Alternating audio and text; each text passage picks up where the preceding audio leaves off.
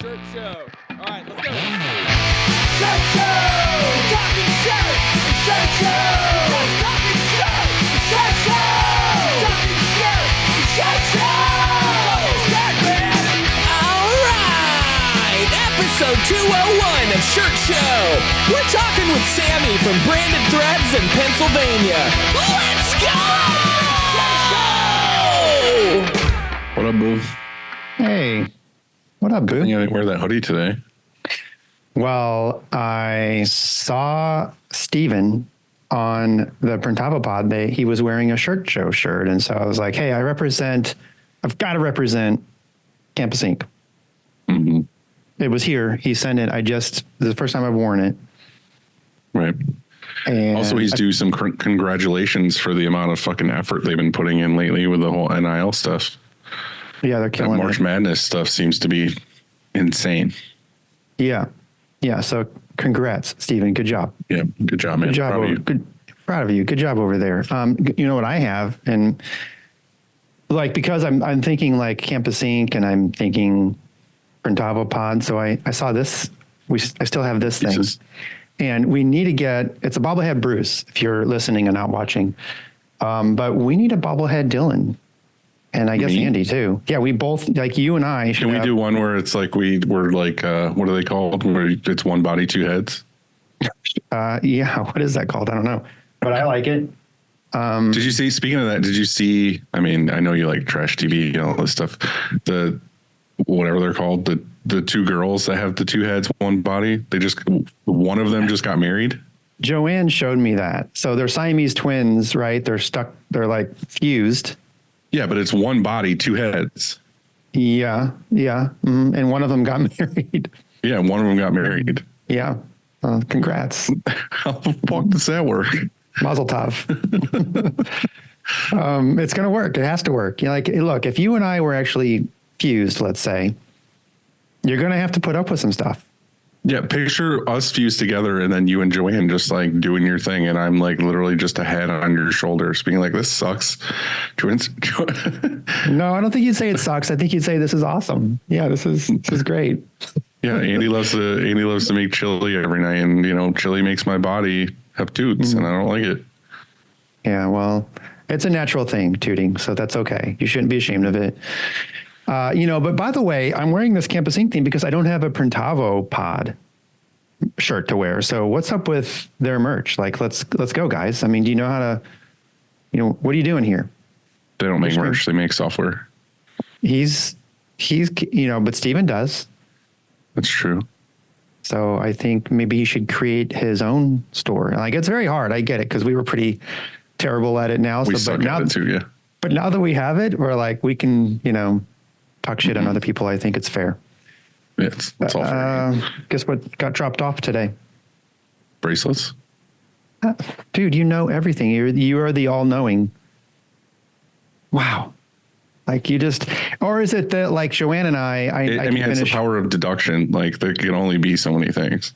No, maybe true. But, Joe and I can finish a lot of her sentences and vice versa. We just know, we've been together. Mm-hmm. We've been together. I guess you and I have been together a long time.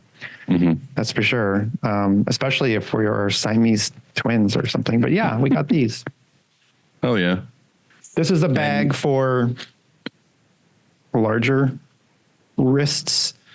And this is the bag for smaller wrists. You know what they say? Big wrist. Big wrists, big sleeves, bracelets, big wrists, big bracelets. Yeah, we have those came in. Cool, right? I think I'll take a big one. Okay.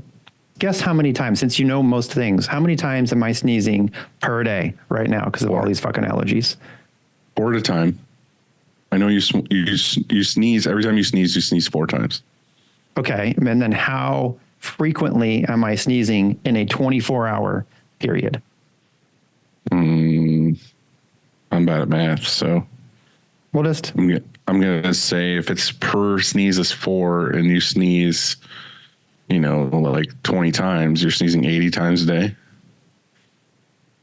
Oh, so you're saying there's throughout the day, 20 different occasions I sneeze. Right. And then each time it's So 4. overall, it's 80. That's exactly right.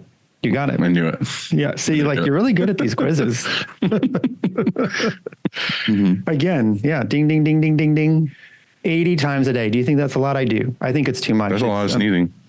Yeah. And there, so I guess what I'm saying is warning, there's going to be incoming sneezes happening on this pod. I'm pretty sure. We can hopefully edit them out. If not, it's just a warning. Just enjoy. Yeah. What Joanne does is she'll just say, bless you. That's it. That covers the day. You know what I'm saying? So she doesn't have to just yell up from the basement, bless you, Just one solid bless you. She throws holy water at you and just does like the fucking. She blesses me. You know why they say that, right? Because of the demons. No, you're supposed to know all this stuff. You know everything. Are you sneezing out demons? Say the right answer Bad here. spirits? So, no. Come on, say the right. Are they infected you? No, I don't know. I'm guessing. Say the right answer. You have it. It's in there. No, I don't know. It has to do something with spirits or demons or something. I always thought it was, and this is, I guess we're going to have to fact check this, is because your heart stops when you sneeze. And so you come back to life, or people say like, bless you, or Gesundheit, right? So hold on. I'm going to look this up. Well, they thought your fucking brain had demons or something in it. That's why they drilled a hole in your fucking skull when you had headaches. Why do people say, God bless you, when you sneeze? You might be right. God, I hope you are. Why do people say bless you when you sneeze? Does your heart stop? God bless you, for example, may have originated with the belief that your soul left your body when you sneezed out the evil spirits. Fucking knew it, dude.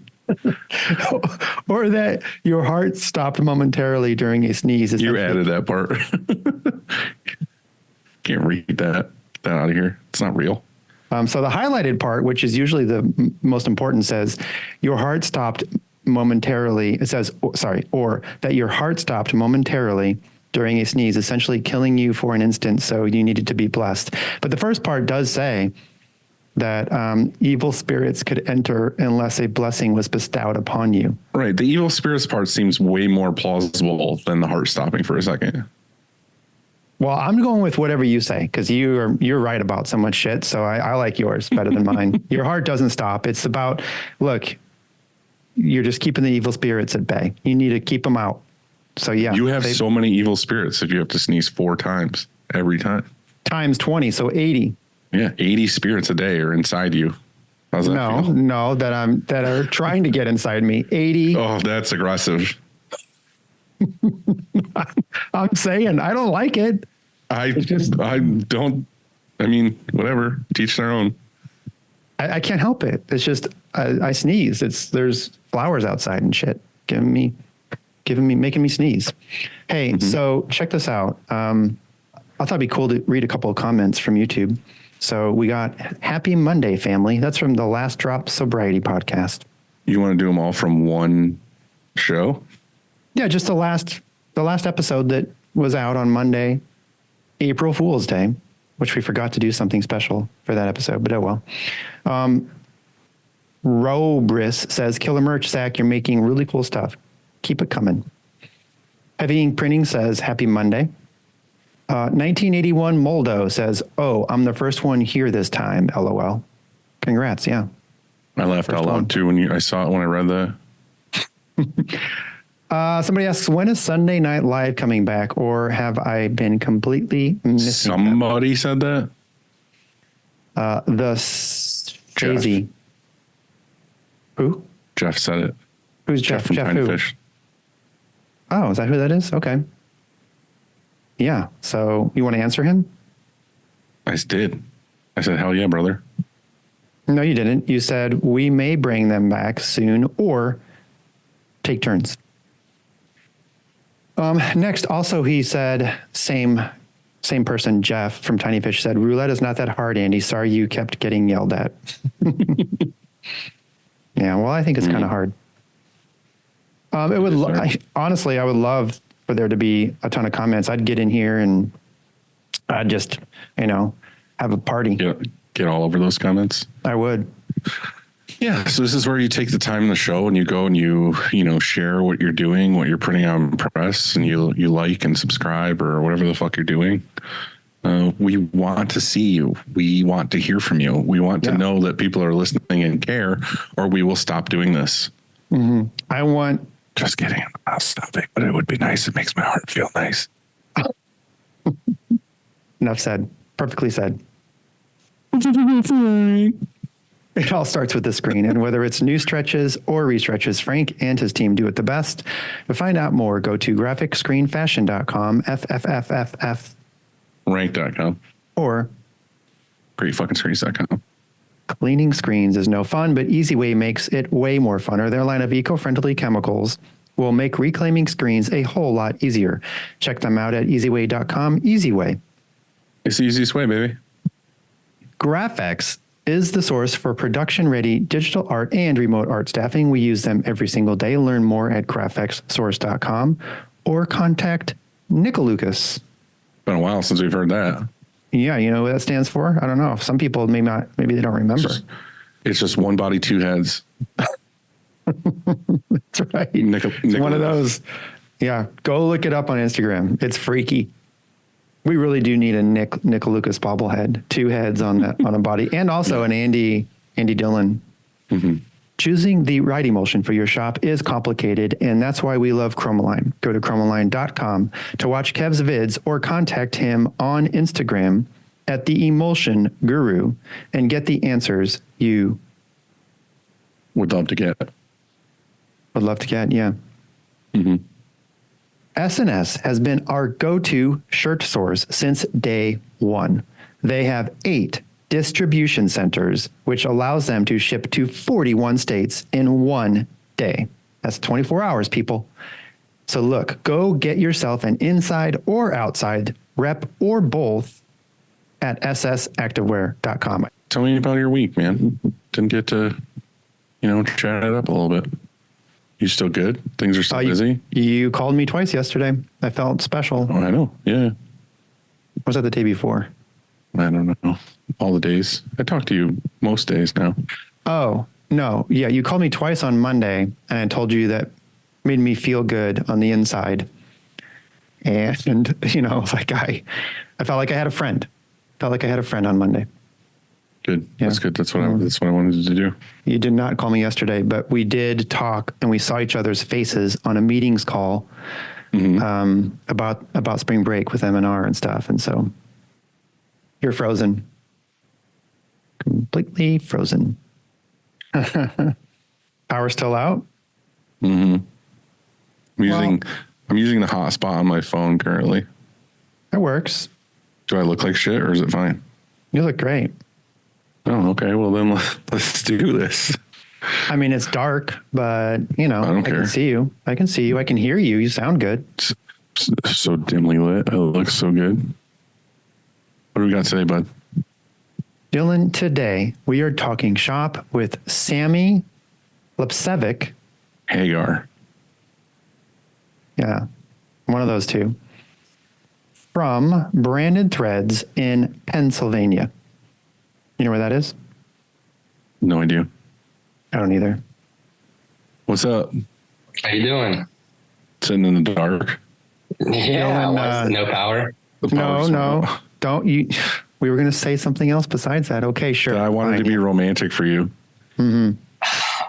You're such a sexy guy that I just wanted to set the mood. I'm blushing. I like it. Do you have a candle? You need a candle. Like we need to light a couple candles over there. I do have a candle. Yeah. Yeah. Light that shit. We'll wait. I'll hold it. Hey, Bill.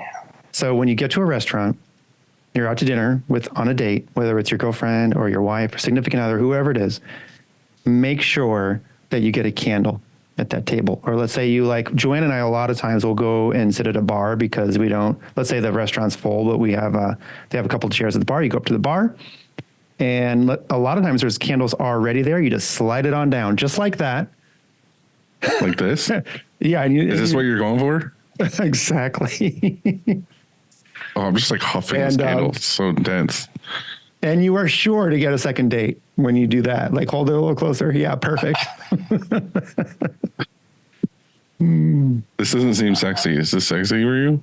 I'm bricked up. I love how romantic this is. You're right. This looks perfect. I know. Sexy.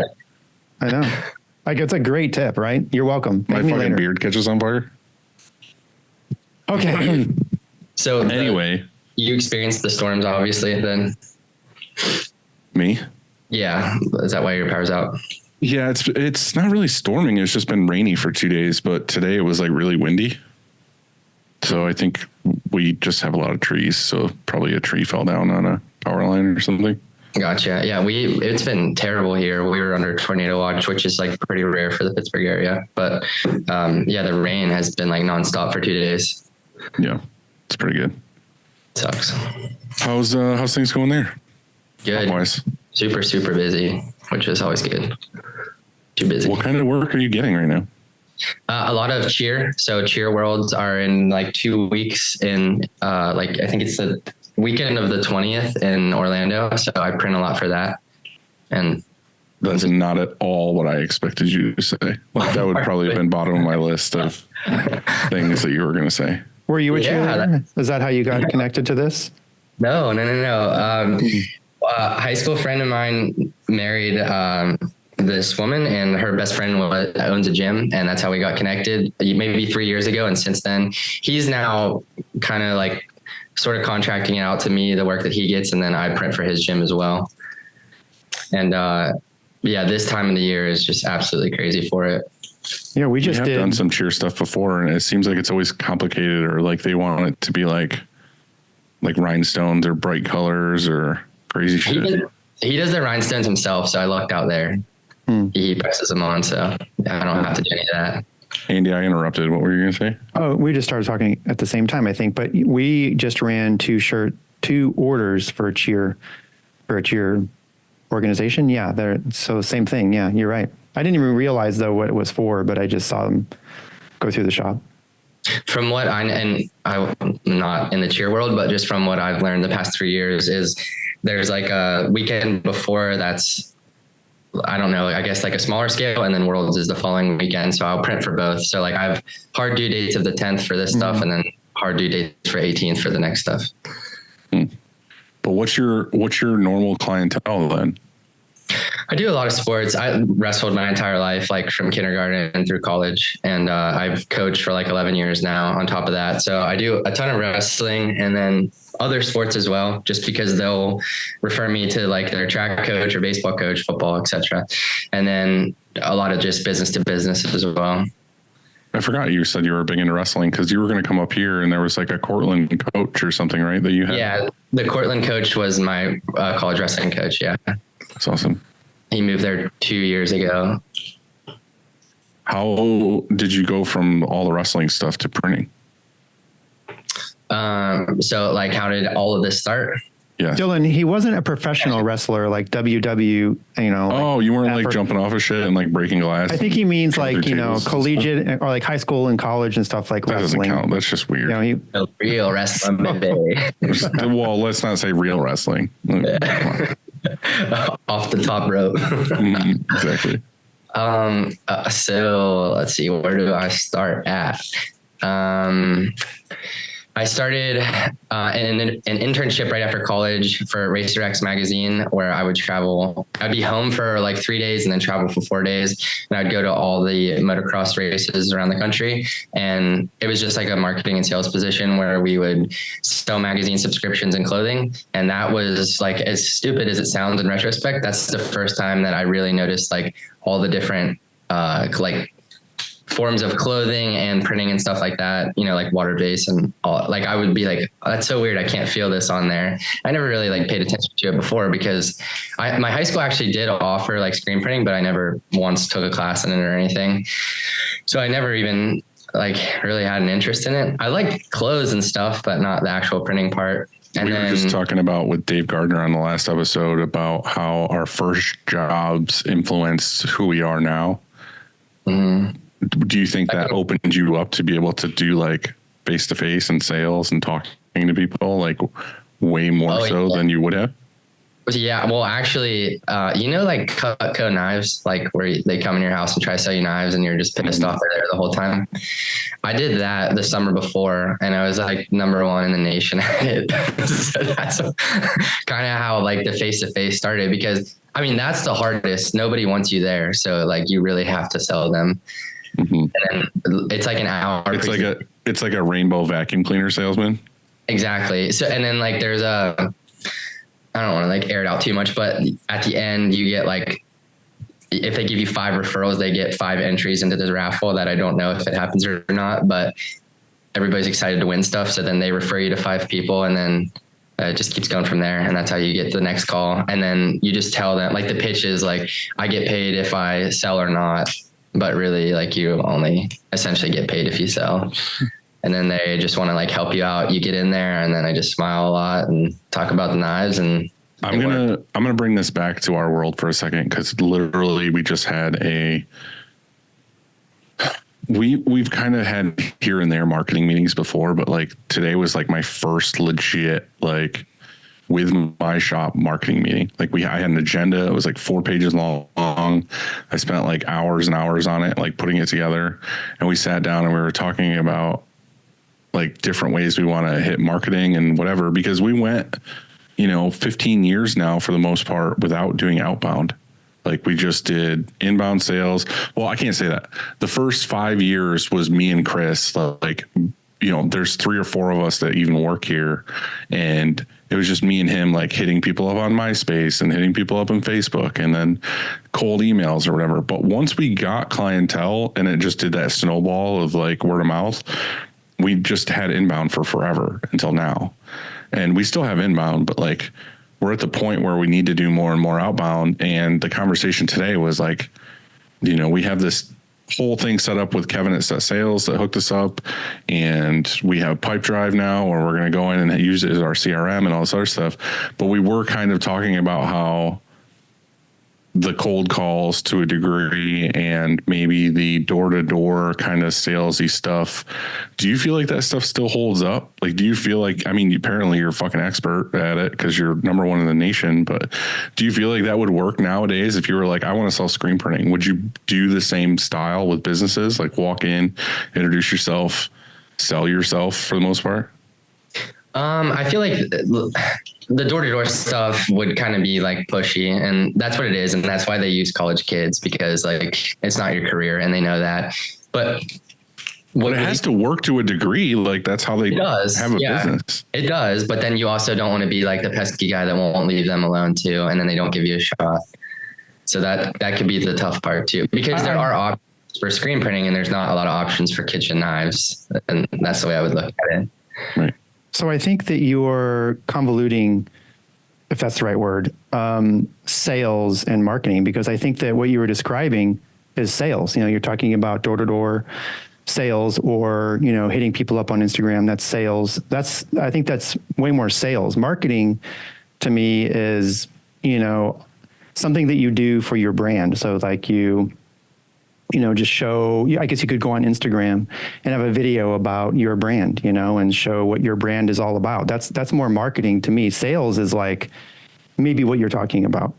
I think it's a mix of two. Yeah. That's what I'm saying is like, there's ways to go about it, but I'm just saying like the actual act of like reaching out to new people is in 2024. Do we check off the list? It's not even worth bothering to do is like the door-to-door approach. Not that we want to do that, but I'm just saying if I just was like, hey, here's a bunch of fucking packets, here's a bunch of info, you're knowledgeable on the topic, drop them off in a city and be like, I'll pick you up at 9:00.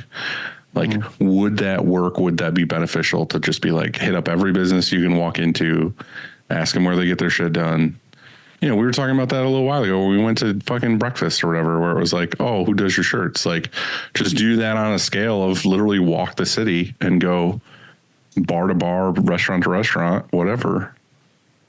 Do you feel like that would work with the experience of selling knives? Yeah. So that it leads perfectly to the next part of my story. So right after all of that, my next job was that I worked for, we did like trophies and embroidery, and the owner of that company started something. So Vector Marketing is who does like the Cutco sales, but this guy started something very similar to it where they would go and sell those cards for like minor league baseball games or even professional baseball games. And it was like $20 and you get 5 tickets or whatever it is.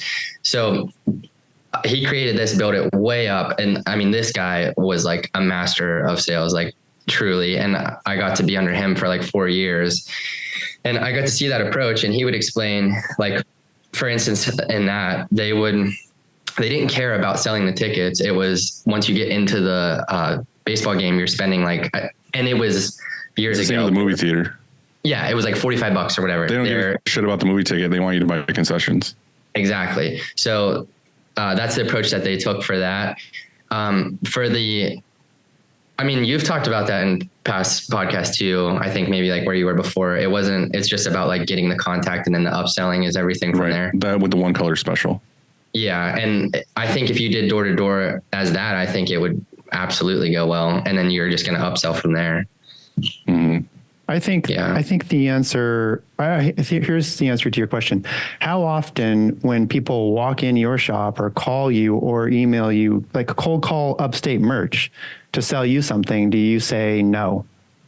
How often do you ignore buy it altogether? Okay, there you go. I mean, that's what most people do. So I think that the answer is yes. I think that at scale, a certain percentage you'll be able to close, like they'll just happen to need shirts and you'll be able to sell them. But I just think that's not very effective. I think there's way more effective approaches. And I think that, like, I'm the same. If somebody walks in here, well, first of all, we have no soliciting sign up, but they ignore it. So when they walk in, we're already sort of irritated. They're like, hey, we're busy. We have a shop to run. We're doing things. And here you are interrupting our day. And you're trying to sell us whatever it is, office supplies or insurance or accounting services, all these things, right? And we're going to almost be, our mood is already just like, we don't have time for this. And so I just think that it's sort of an interruption and not very effective. I think there's way better than door-to-door sales. There's way better sales methods, and we should probably do a whole episode on this. I do agree though, but I think the thing is that things go in waves and come back too. Like it's like, that's why I'm questioning it, because there was a while there when I first started, like way back when, that like just mailing a letter or a postcard to a company was like super productive and good. And then it died. Like nobody did that anymore. Like, and then 5 years ago, I heard from somebody that it was back, and I did that. I ordered like, I don't know, like 10,000 envelopes, and I did like 10,000 postcards, and I did like all these things, and I just bought a shitload of stamps and I started mailing them out, and it worked. Like we got a bunch of business from it. And it's like a lot of people weren't doing that. They were just emailing or they were just calling. And now I'm wondering if like that shit's back in style now. Like people are so used to the internet and being able to whatever, but like if a pretty face comes walking through the door and is like, hey, like who does your shirts? I'd love to help you out. I wonder how effective it would be in 2024. I'm just curious. Like it just, I literally just had a meeting about it. So it's funny that you were like a king of the door-to-door salesman, basically. I wanted to hear your opinion on the matter. Yeah. I mean, I don't know to answer the question overall, but I'd be interested to know for sure. Yeah. You need like that hungry college age kid, I would think, because you're just like trying to make beer money. You know what I mean? It's not like a career. And I think that's kind of how it would be. I was listening to something that sort of applies to this, and it was, so let's say, for example, one option would be is you went up to somebody and somebody's business, and you did exactly what I said. You interrupted their day, and you're trying to sell them T-shirts, and the answer is just like, hey, no, man, I'm not interested. Another option would be is that if you started a podcast, not about your industry, but just about your city. So wherever you're in Pittsburgh, right? And so you could say, hey, I have this podcast, and you then interview just businesses in your city. And if you were to, then approach that same business that we're going to just try and sell them T-shirts right off the bat, but instead just said, hey, I want to come on my show and I want to interview you about your business. well, then they'd be interested in that. And so you have this relationship all of a sudden you started, and next thing you know, they're interested in you. And so they would maybe say, yeah, hey, by the way, let's talk shirts next time you have a minute, maybe not right then. And maybe they don't, maybe it doesn't happen, but I'm just saying I think that tactics, if you want to call it, or methods, or if you're going to talk about sales, you're actively going and trying to get sales. I think there's ways to do it that are way more effective and and you're bringing value to that company instead of just trying to ask like, hey, can you want to buy stuff from me? Instead of that way and that approach, the different approach is to try and bring them value somehow. And I think what you mentioned earlier too is give them a care package or something. I think you're giving them value. And that's our first approach is how can we give you value first, which is, I talked about this on the show before, where we give them a care package of curated items that we know that they're going to want or whatever in their size. So they kind of get a little gift and they get to test the garments and whatever else.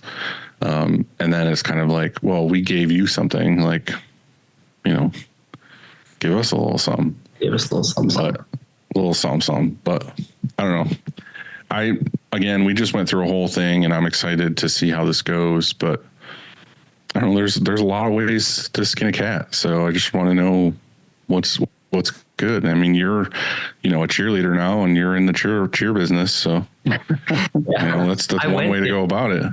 2 years ago, I went to it. So it was like crazy, especially then, because I think it was like just me 2 years. Maybe I don't know, maybe I had like one employee, but I was like killing myself to get everything done and then knew that I would have that break. So I actually went down for the Worlds. It's in Orlando. So it was just like a day that I went there, but then went to the beach and stuff afterwards. Nice. And it's a crazy world, man. They like to spend money. That's for sure. I think there's like 30,000 people there too. It was very, very, it's a big deal. I've watched Bring It On. So, I know how intense it can be. Yeah. So you sold knives. What happened? Then I worked for the magazine. And then I worked for the trophy and embroidery business. Well, we were just outsourcing embroidery, but that's how we marketed ourselves as awards and embroidery. We did all the trophy stuff in-house. The company started a month before I started there, and we then got our first order and had no idea how to build trophies. So had to learn all of that, a lot of YouTube videos. There's surprisingly a shit ton of stuff that goes into building a trophy. There's 12 pieces that goes into a little tiny trophy. Learned how to do all that. And then I was doing marketing mostly for that. And just it was completely a startup. So showing website analytics and social media and all that stuff and trying to grow everything, pestering people to like my page all the time and stuff like that.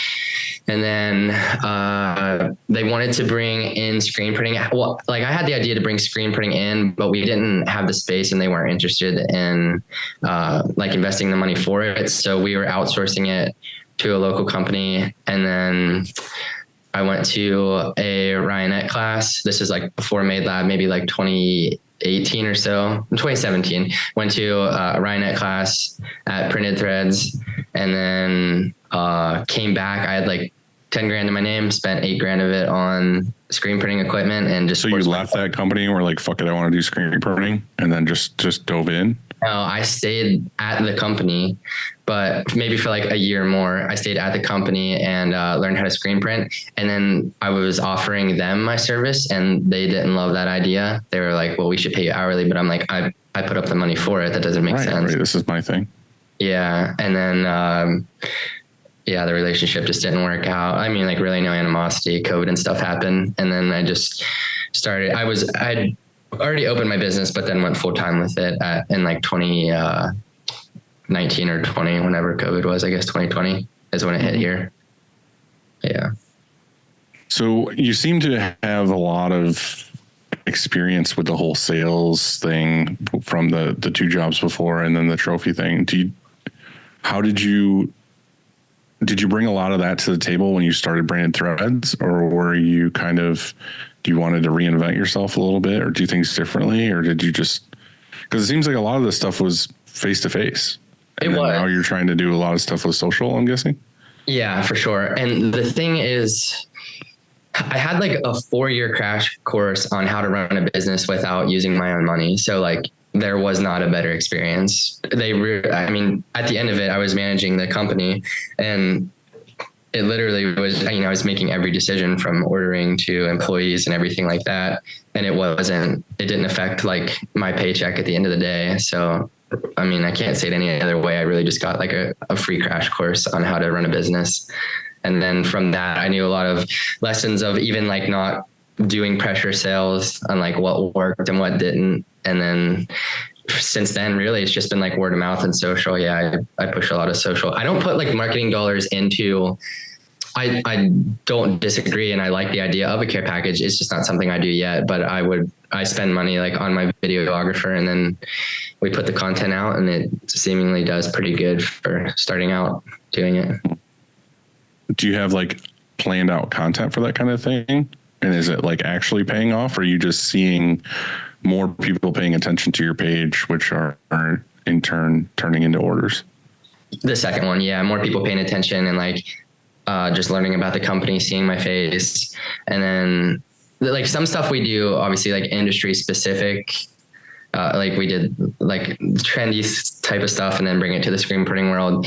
And then, just showing the shop and whatnot, you know, regular video. I mean, like similar to yours, how they are, like printing orders and stuff. Sammy, how many hats do you wear there? So are you the sales? Are you accounting? Who's in production? Like, I'm just curious what you do there every day. Like, what's your day look like? I wake up and then I work until 3 a.m. and then I do it all again. And I'm spread beyond thin. And that's, when we come to, do you have any questions? That's what we're going to be talking about. And I know I've talked to you both about this before as well, but that's just like my biggest challenge is hiring. I have like 6 people total, part-time that work for me. And that's like including the videographer and designers and stuff like that. But as far as production goes, like I just don't trust anybody to run it yet. And that's something I need to get over. Yeah, that's hard. Yeah. But if you don't finally find someone and trust someone, as you put it, this is just going to be a constant like loop. There's nothing's going to change. I mean, because you only can work so much. So your max hours in a day are 24, right? I think that's correct. Yeah. And that's it. And so if it's just you, that's all you can produce. Even if you don't go to bed, like ever, and just stay up, that's all. And so I just think that that's not a life. That's not a life that's sustainable. And so you have to change. In fact, one of the things that I'm trying to do is figure out how to work less on the business, I guess, in the business and maybe a little more on. And because I think a lot of us get caught in that exact thing that you're discussing. There's so many shops out there that are owner operators and that do exactly that. They don't leave the shop until it's dark or 3 a.m. or whatever. Mm-hmm. And how do you get out of that? How do you get out of that loop? And I think that it would be great to provide some options or like just some ways if somebody doesn't know how to get out of it, because, and part of it maybe is this trust issue thing. You know, how do you get past that? I don't know. That's why I want to talk to you guys about it. Yeah. And you never heard this word before, but the barndominium that this is in my shop. It's literally, I just go upstairs and go to sleep because I have a 2-bedroom, 2-bath above. I come down to the top and it just repeats all over again. I like that though. So that's how business was done a long time ago. Like people would put their, where they live on top of a bakery, let's say, or something like that. So it was common. But at times you can't escape it. So I think you need to make yourself some like rules. I know that you're young and, you know, you have lots of energy. And so it's not, I mean, I was the same way. So I would work, you know, a lot. I'd burn the candle at both ends. And I think that you can't sustain that for long. I think that, you said you have 6 people helping you. Are they all part-time? So there's no one full-time? No full-time. I have had full-time, but I don't have any full-time right now. No. I mean, Pittsburgh's a big city. It's a huge city. There's definitely talent there that you can bring in. But I've always said they have to wrestle him first, and if he wins, they can't get the job. So, that's why I have no employees. Yeah. Yeah, he's just such a good wrestler. Wait. But it's easy for me to say Pittsburgh, but I don't live in Pittsburgh. I live 45 minutes outside of Pittsburgh, and I know like that is drivable, but I live in like a really like my shop is on 12.5 acres. Like I live out like off the beaten path. So that's another challenge too. Like local talent, I would have to, what I would think is like kind of like, I mean, it's what Dylan told me. I'm going to have to like snatch somebody and just teach them everything. Yeah. And I tried that even last summer, and then he joined the Army. So that was tough. Well, what we learned a couple weeks ago is Tinder. That's an option, you know, you can Look for him. yeah, we don't advise that. Just kidding. Right. I don't know. I think that you've got to find, you definitely have to find a full-time person that's committed, put them on payroll, like really pay them like real dollars, offer them benefits so they stick around. And so that they see this as like an opportunity, you know, not just a job that they're going to run out the clock, like they're going to clock in, clock out, see ya. I think that there's those people are out there, and you just look for that type of person. You look for positive energy with somebody that's interested in, I don't know, creating stuff, like working with their hands. You find that person and then train them how to be a you. Otherwise you're never going to get out of this, your situation. If that's what you want, if you want to get out of your situation, which I mean, yeah, I want to live my life. Yeah, definitely. I don't know, like, and of course, like that even comes to the question that you guys, I don't know if you still ask it, but you used to ask it like 2 autos, 10 autos. I don't know, or actually I do know, I don't want to ever have the 10 auto thing. And I don't know how big I want to grow exactly. Cause I do like the idea of like keeping it small. I don't plan to live here forever as well. I plan to actually like build a house a little on the same property, but a little bit away. But I don't want like heavy foot traffic. I don't want a retail spot. It's not what I'm interested in. I just want to produce. I just want to screen print. Mm-hmm. But that doesn't mean being on the press every day until 3 a.m. And I realize that. So that's the hurdle now. I have 2 things. First one, most importantly, Andy, do you have an undershirt on under that hoodie, or are you just bare nipping it? Lift it. You're no, fucking bare nipping it, you savage. No, I do. Oh, okay. You just got like, okay. I was like, that's a whole nother level of person that just hoodie with nothing underneath it. Okay. Why would you notice something like that? Like I can't, because you did this, and there was like nothing. And I was just like, it's like, geez, that's a little rough on the nips, I think. You know, that hoodie's a little rougher on the inside. You were just saying how comfortable this hoodie is. I love it. I'm just saying, you know, there's a difference between that kind of hoodie and like the soft, like, you know what I'm talking about? That one's more like the sponge on the inside. Yeah. Those will have like the balls that are just right. You don't want those little balls are just like rubbing your nips all day. I don't want them to fall off. You must have very sensitive I nipples. do. There's lots of senses going on there. All right. Secondly, what? Are you ready for this? Okay. I don't know. I am at a point in my career which me and Andy have talked about this too, and he's saying he wants to be more out of the business and working on the business instead of in it. And I came to a point with the shop, and it wasn't necessarily like an issue with employees, whatever. I think it's just a growing pain thing where I feel like the last 2 years I've been a lot out of the business. Like I feel like honestly, the company runs itself. Mm-hmm. Like I feel like if I wasn't here, I was on a trip, whatever, day to day, everything would be fine. Everything would go good. But the thing is there's always things that still like I have to handle, or people come to me, or they don't necessarily follow like a chain of command in the shop, and wires get crossed and drama happens and all these other things. So anyway, like without seeking guidance or all these other things, my key people here, so basically Brian and Bill, were like, hey, Bill's already production manager. Brian's in the office all day long, but he's really good at communication and talking to people and all this other stuff. We're just like, hey, how about Brian handles the office, Bill handles the shop. We meet in the middle, we connect, we have the conversations about what the hard stuff, what needs to be handled, whatever. Anything happens in the office, it goes to Brian. Brian's the one who communicates it to production, all this stuff. So anyway, we went through this whole thing, had all these talks. I talked to Andy a bunch. I talked to a bunch of other people on like structures and all these different things that needed to happen. And come to find out, now that that's happening and put into place, there is a huge weight off my shoulders to where I truly am working 100% now on the business, and I'm not in it like at all. Like I don't have any say in day to day. They don't bother me with things unless it's like a big deal.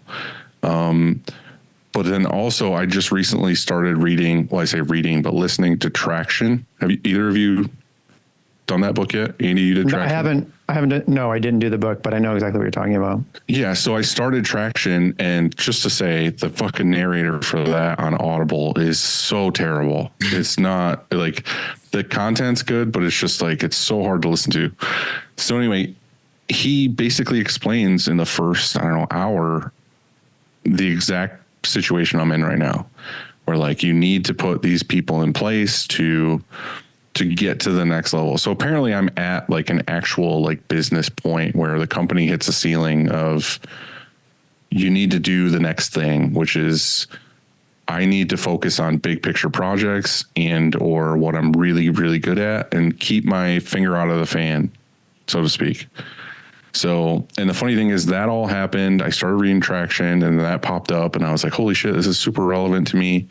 And then Stephen Farrig, me and him were talking the other day because he posted something about a guy who's a business owner that was basically like, he kept saying it in this thing. It was this long thing that he talked about, but it was like, I need to stay the hell out of it. Like he kept saying, stay the hell out of it. He's like, you know, I could be in my office and overhear a discussion going on in the shop about something they needed to figure out. And I normally would have the instinct to get up and go to them and be like, oh, this is what I would do. This is blah, blah, blah. And he's like, nope, my new motto is stay the hell out of it. Like, let them figure it out, whatever. And he's like, it might not be done exactly the way I want it to, but the end result more times than not is what I wanted it to be anyway, if not better than what I would have thought of. So I think I'm just at a spot in my career or whatever where that is a big deal, and it feels really good to let go of, like Andy was saying to you, like you have to let go of certain things and just be okay. But what I found in all of the years doing this, that every time I've done that and like kind of had to take a leap of faith and give people more responsibility, it's almost always been for the better. So I'm trying to say, if there's anybody listening with the whole like, oh, I need to trust somebody to do this, or I need to let go of this, or, you know, delegate this, like more often than not, it's beneficial. So I feel like all three of us are kind of in different points of our, you know, print life, but I think it's super relevant and important to just trust the people that you have, that they're going to do the right thing. Print life. Shout out Cam, by the way. So yeah, haven't heard the print life in a long time. I think it's trademarked. Yeah, he put out a video like 2 weeks ago, actually. About his software. Yeah, I hadn't seen anything for so long. I watched so many of his videos, like when I was learning everything. Yeah. Okay, wait, I had a question. So, and I'm not obviously trying to call you out or anything, but I've heard you say before that like, well, what about if you want to just have you and one or two buddies and you just have a shop and you just run it and you're making money, then who cares? So what do you think is better for you? Do you like the idea of hands off and you have this business that just runs itself, or would you rather be involved and it's like you and one or two other people and you're making a good amount of money, but it's a super lean shop? I truly feel like it's two different, like it's a growth in your life.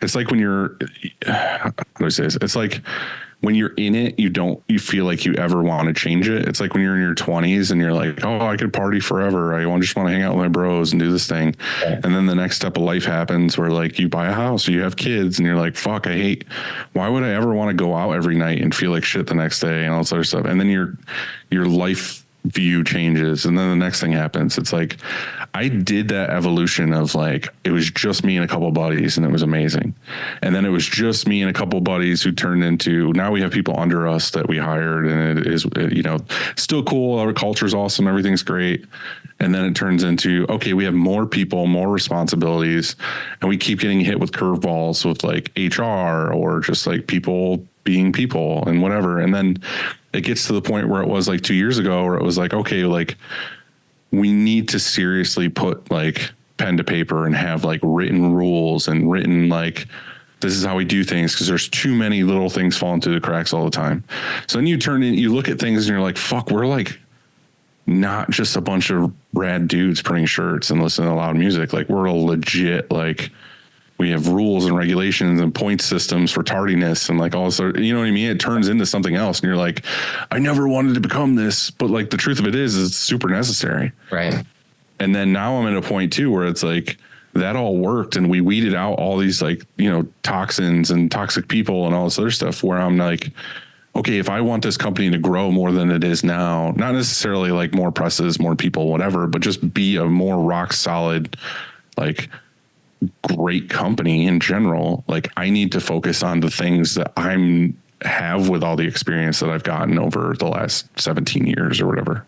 Right. So that's where I'm at now is I had to step back and be like, I can't constantly be poking my finger in all the different departments. I need to just like do my thing and focus on like being a better owner and boss and like being part of the industry more and like learning new techniques where these guys are in their day to day. They're not out learning like new print things and everything else. Like that's what I'm good at. Like that's what I want to do. So I feel like if you would have asked me 5 years ago or even when this podcast started, I would be like, yeah, dude, fuck yeah, bros forever. Like just hang out with your friends. But like it evolves into those things. So I think it's good to do that, but it's also like you need to know that things change and things will evolve and you'll get to a different point in your life, which I have to give credit to Andy too, because again, I remember in the beginning of doing this podcast, that's how it was. He was like, no, one day you're going to want to do it this way. And I'm like, nah, dude, like this till death.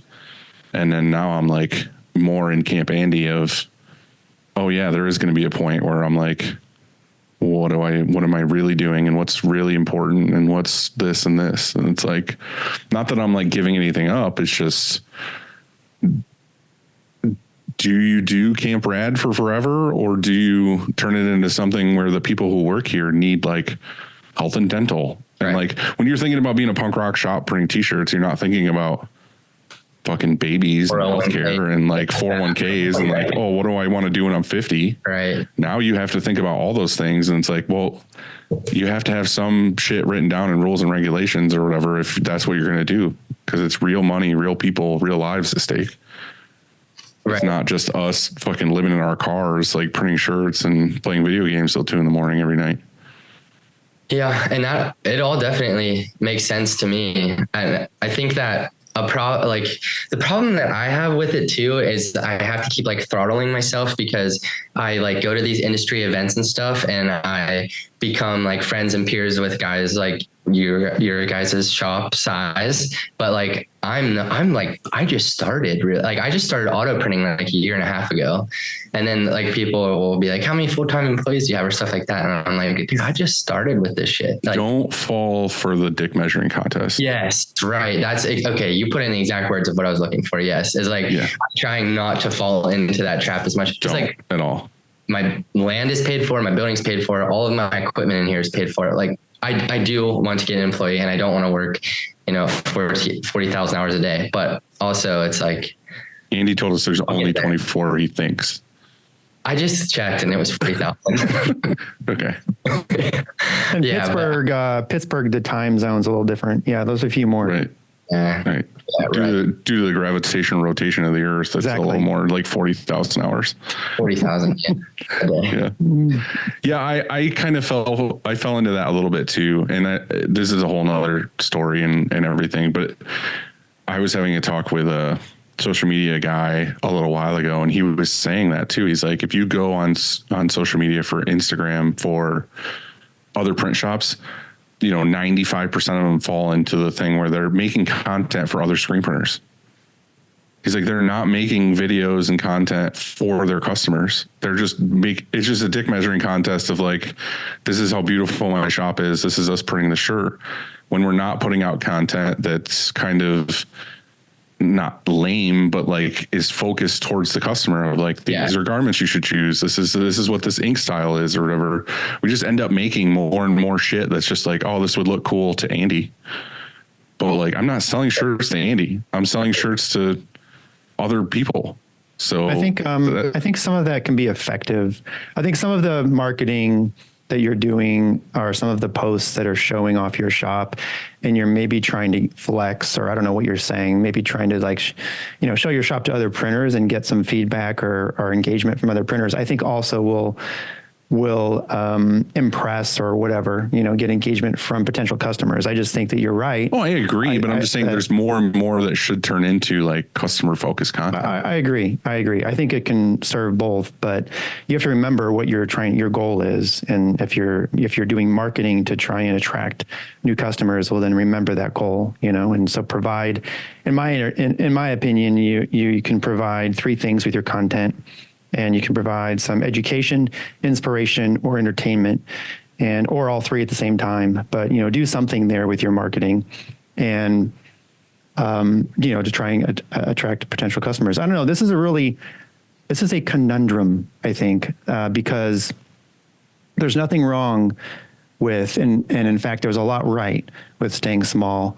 And instead of 2 presses or 10, it could just be 1. And so you could have 1 press. And you could be the happiest guy in the world, because here's the thing, and if we're going to get deep here, life is short. And all of a sudden, you're 55. And you're like, how did that happen? And where did that time go? And all of those days and nights that I put in, was it worth it? And so I just think that I think it's important to be present and focus on just whatever makes you happy. And I think that part of that is having help in your shop, because, you're going to want to get away sometimes, and you're going to want that shop to continue to that press, or whatever press is, singular or plural. You're going to want that press to spin while you're gone. And it could be that you're sick. I don't know. Like, you have a stomach flu for a week, but you have orders that are due. What's going to happen? And so I just think that if you're going to exist as a business, I think a lot of us are very good at being owner operators. I loved it. I wouldn't trade it for the world. But now, sort of like what Dylan was saying, I'm in a different phase of my life. And what was really cool and fun then isn't anymore. And I think we as human beings, like, imagine if you were an owner operator right now. Who, me? Like, just you. Yeah, I couldn't. Yeah, I couldn't do it with like your back and stuff. If you were like, right. Oh yeah, I have to go out on my chameleon and like print off like 30 jobs today. I could print some. I'm not saying I can't. I'm physically capable now. It's been a long road to get here, but I just think that I think having this business is a game, and it's fun. And then you get sort of bored of certain parts of it, and then you're like, hey, that was fun, but now this looks more fun, and you start doing something else within the business. And I think that's the same thing with everything that we like as human beings. We get bored of, that music or something, and then we're like, oh, now playing punk was cool, now post-punk is cool, and so it's just like, whatever it is, you just get bored of it, and some people, maybe they don't, and that's okay. Maybe they just want to be that owner operator. They don't give a crap. If my back hurts, I'm closed. Fuck off, and I'll just print your order next week. I don't care that you have a cheer competition in Orlando. Not my problem. And then you just do you. You do you is what I'm trying to say. Look at that. There it is. He's a changed man. Those are hard decisions, though, for sure. I know I've listened to like literally every episode, but there's some details I forget. But I know that you even had like an auto in your garage, correct? Yep. But how long were you an owner operator until like you moved to a shop or whatever happened next? So that's complicated, and I'll try and give you the abridged version. And that is, I had this is my second shop, and so I went through it. I met Jacob and his girlfriend, so I know like a little bit about it. But so how long was I in a garage? I was in a garage for almost 5 years. Started with a manual, then 2 manuals, and then an auto and a manual, and then just an auto. This shop here started with an auto, and that was in 2009. But I was an owner operator for sure. Then it was just 2 employees, or actually 2 people.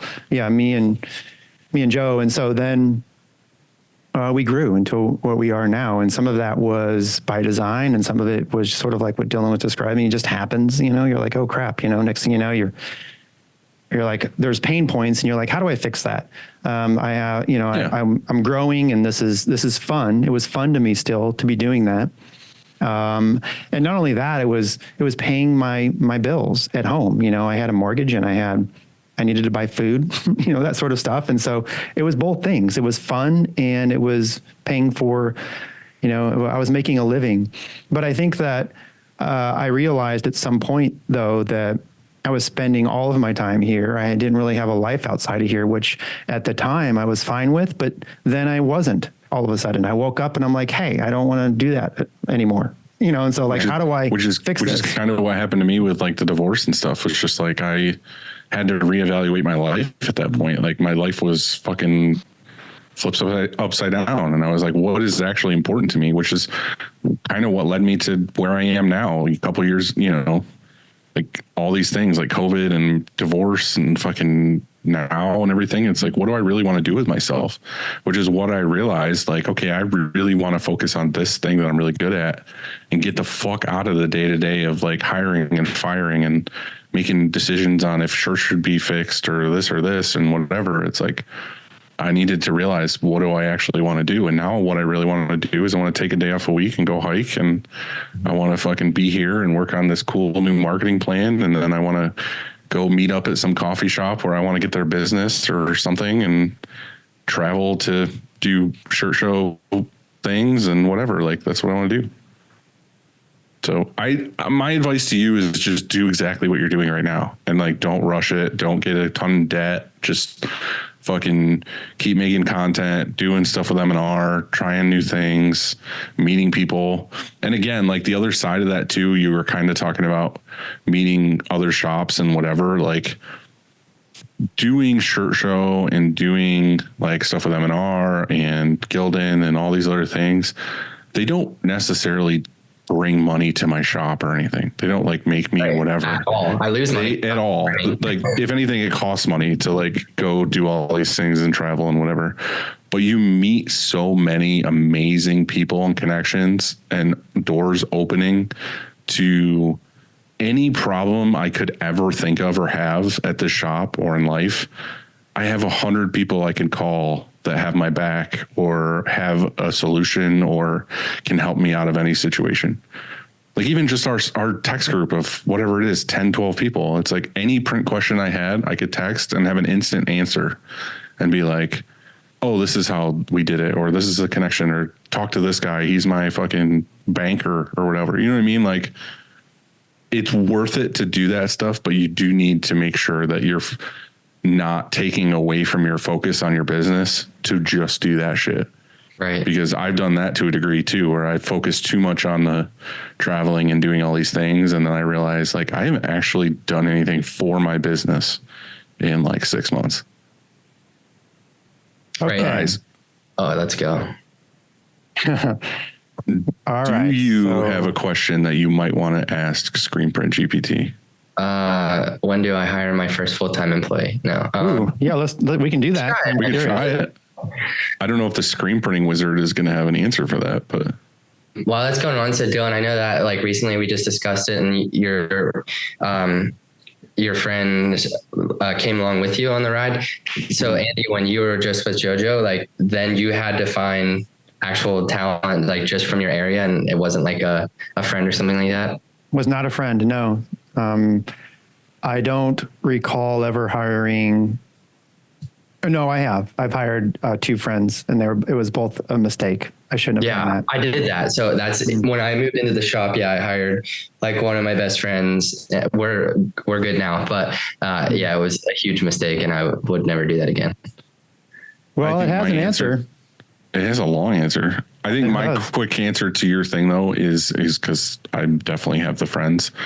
I think I just got lucky with surrounding myself with key people in my life at the time, like post high school. Well, some definitely from high school, but people I actually were really good friends. I mean, people have friends that are like friends, but they're kind of shitheads or they have bad habits and this and this. Right. Like the friends that I surrounded myself with were people that would like, I could literally say or do anything with, and they would have my back, or they're just really solid people. You know what I mean? They have no bad habits necessarily, like big bad habits, whatever. So those are the people that I did hire them in the beginning, and I wasn't thinking, should I or shouldn't I? And they're still here, and they like fucking run this place with me, and I agree. for it, and they care about it. I agree with you, and I think probably Sammy does too. But it's a tricky dynamic, and it definitely is. 100,000,000%. I would recommend hiring somebody outside your friend pool if that's an option. I feel like I'm an anomaly in that scenario, so I wouldn't recommend it. But check this out. Yeah, we have an answer. In fact, there's 6 answers. Screen Print GPT has come up with. Here we go. Deciding when to hire your first employee in a screen printing business can be a pivotal moment, reflecting growth and the need for additional support. However, the right timing can vary significantly depending on several factors, including your workload, financial stability, and long-term business goals. And so it has 6 here. The first one is consistent overload. And so, yeah, that's like having a pain point, isn't it? So like you have this, lots of orders coming in, and there's a spot where you just can't keep up with production. And so you either have to automate or hire an employee. But I think the key with the number 1 though is consistent. Like I've had discussions here where we're in a bubble, like we're busy for like 3 weeks. Yeah. But then I know, fucking July 4th is coming up. We're going to be slow for a week after that.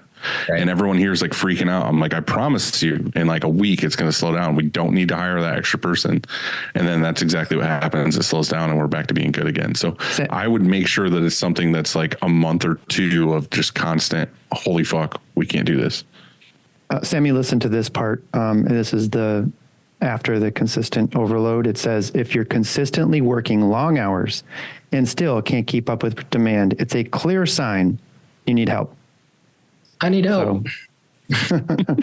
Number 2, financial stability. So ensure your business is financially stable enough to support an additional salary. Of course, yeah, that's sort of the catch-22, isn't it? You're like, okay, well, wait, it's going to cost me $50K to hire this person. Well, I mean, that means, I only have $50K, so that means I'm going to get paid 0. But interestingly, that's not how it works. What happens is you're freed up to do other things like go door to door and sell knives. And so you'll make more money in the end. Number 3, opportunity cost. What does that mean? If turning down work because you're too busy with existing orders, hiring an employee can help you capitalize on those opportunities. Basically what you just said. Yeah, it means does hiring somebody outweigh like not doing the work? Yeah. Yeah. Totally. So number 4, growth potential. If you're looking to grow your business, hiring can be a strategic move. Number 5, specialization needs. Screen printing involves multiple processes from design and pre-press to printing and post-processing. If you find that your business would benefit from specialization in one of these areas, bringing in someone with specific skills could improve efficiency and product bringing quality. In talent that you don't have. Yeah, thank you. I would like that answer better because I had to say specific way too many times. Let's see, number 6, and last, I should say, but not least, number 6, quality and capacity. When your current workload begins to affect the quality of your work or your ability to deliver orders on time, it's a crucial time to get help. Yeah, so that's like the churn and burn. Like you don't want to be, looks like shit, run it because you're too busy. You want to always be focused on the quality. And that's my biggest fear in this whole thing is just, that's what my selling point has been. And I've like educated my customers on what a good screen print is. So it's how do I teach what has taken me this long to learn to somebody in a shorter amount of time? You know what? Have you ever talked to Jonathan at Success Print Shop in Texas? No, I don't know who that is. So you remind me a lot about, you would be best friends. You're both very handsome and you're both very knowledgeable. I feel like they would be like a nuclear explosion if the two of them touched. In all honesty, because this is no real talk. I think that he would be a great person for you to chat with because he is you are where he was like 3 years ago-ish, maybe I would say. You know, he's also actually in a remote area, close to a big city, but kind of far off. He built his shop on some containers. land. Yeah. Originally was shipping containers, but now there's like an addition with like it's way bigger now. But he was doing the same thing, man. He was struggling with keeping up with production. He was struggling finding good help and hiring, someone, but he found those people, and he probably has some answers, or he could share some things that he did uniquely. That is sort of his business. You should reach out to Jonathan. Okay, Yeah, he's Jonathan, awesome. what's his shop again? Success. Okay, I'm writing it down. He's like was he our first episode? Ever? He was. Yeah. But we also Really? had another. Yeah. We also did another We did show. Jonathan too. I like our anniversary, but he is. I'll connect you both. Like, I'll send a text or an email or something, because he went through, I think, a lot of the same stuff you're going through right now. Identical. Yeah. Cool. Yeah. So That's perfect. all right, over under is next. So we have 3 things today. Just let me know if they're overrated, underrated, or properly rated. The first one is liquid death.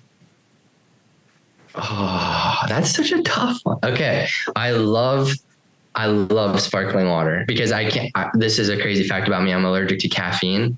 So not only do I stay up till 3 a.m. every night, I can't have caffeine when I wake up. So I love sparkling water. That's my version of pop, other than like Sprite. I'm super limited with what I can drink. So, their whole story is cool, and the marketing behind it is cool. And I like Rob Dyrdek, and he's involved in it. So I'm going to say properly rated. Okay. Okay, let me hear your opinion.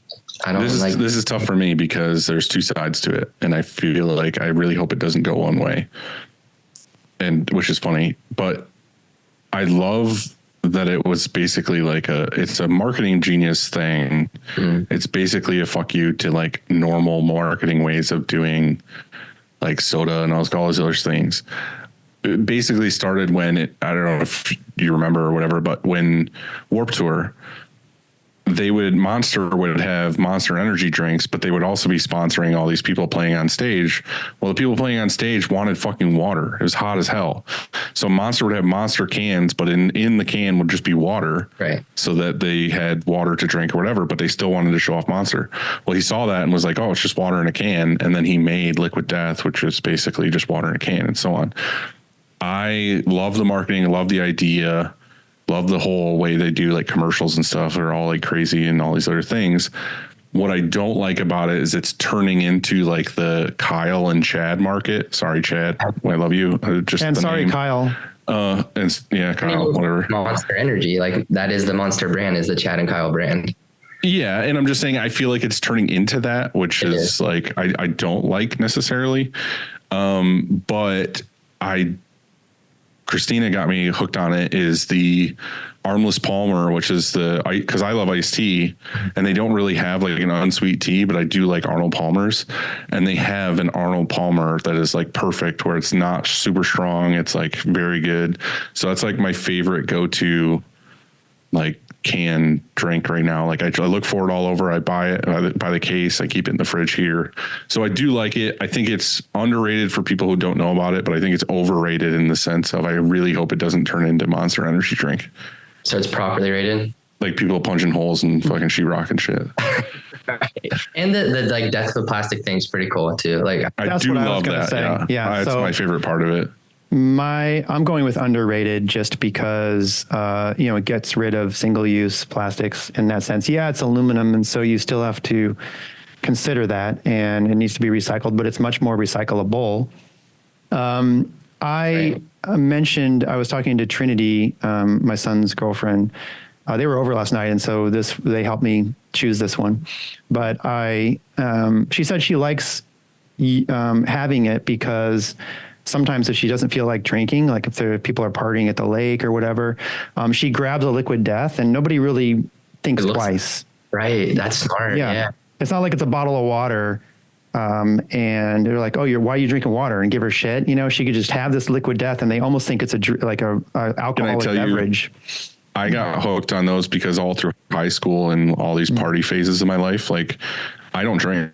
So my whole thing was I would go buy a bottle of soda, like an IBC root beer or whatever, and I would just bring a case of that. So I was standing around the bonfire or party, like holding a bottle, and it looked like I had like a bottle of beer or whatever. Yeah, but it wasn't. It was a bottle of like craft soda. So like that's why I got like a big kick into craft soda, is because it looked like it was.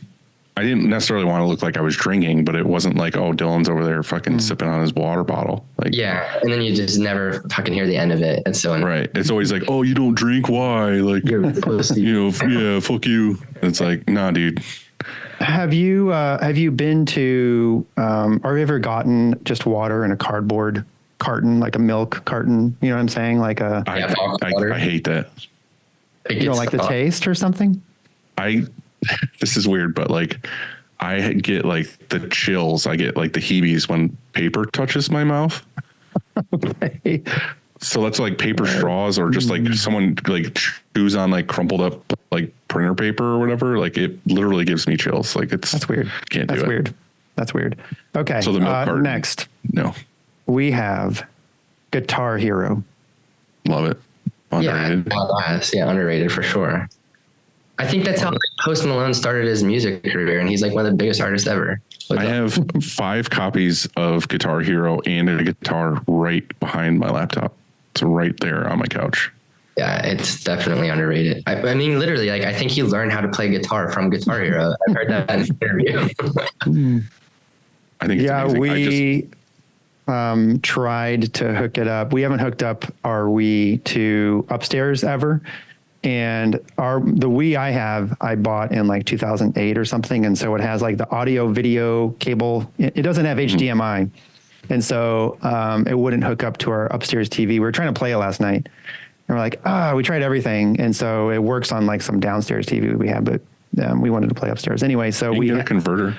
I know. So we have it. I have the Amazon link, and it's like $12 or whatever to buy the converter, like you said. So I'm going to buy that. But yes, definitely underrated, right? I got to get back. It's been so long. I just haven't played it in a long time. But, yeah. We used to play Rock Band, me and a group of friends, as lame as that sounds.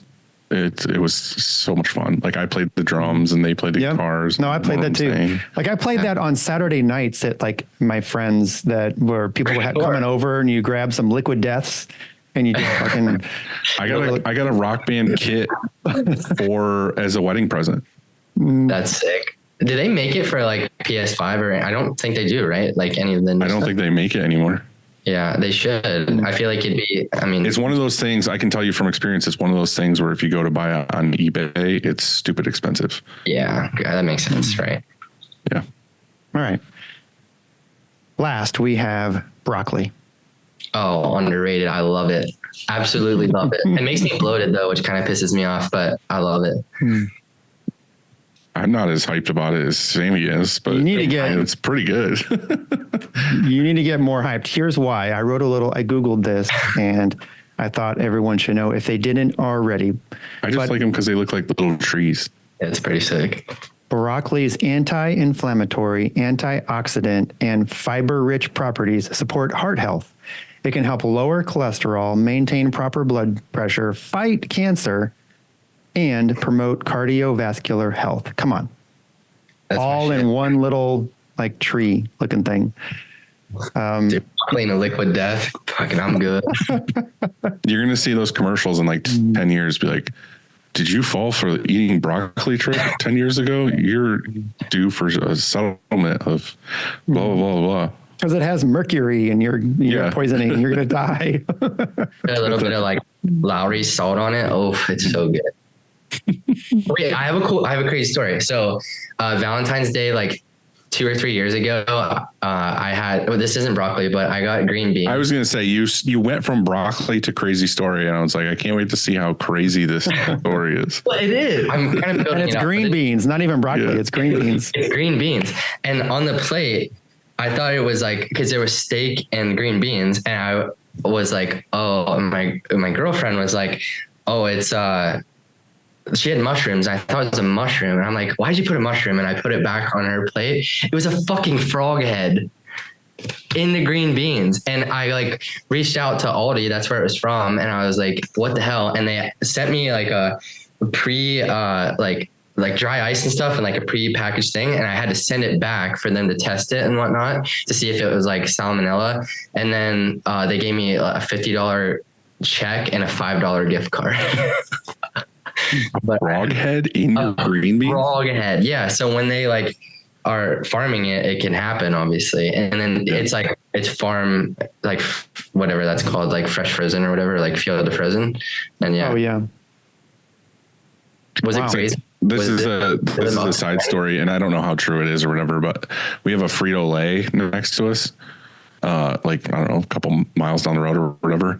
And my dad used to be a trucker, and he was like, oh, you see this thing where like these tractor trailers pull up, and then this big arm grabs the entire trailer and tips the entire trailer like up in the air, like a 45-degree angle or whatever. The entire trailer is just full of corn. Mm-hmm. Like it's just corn. And he's like, you know how many like fucking rats and bugs and fucking everything else is just in that entire truck of fucking corn directly from the farm? And it just immediately goes from there to being ground to Fritos.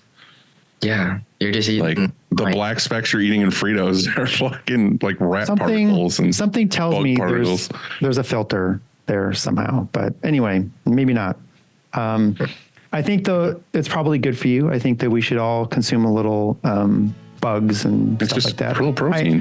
High in protein. So you get a little protein with your potato chips. All right. Well, Sammy, this has been great. Thank you. Thank you for coming on our show and chatting with us.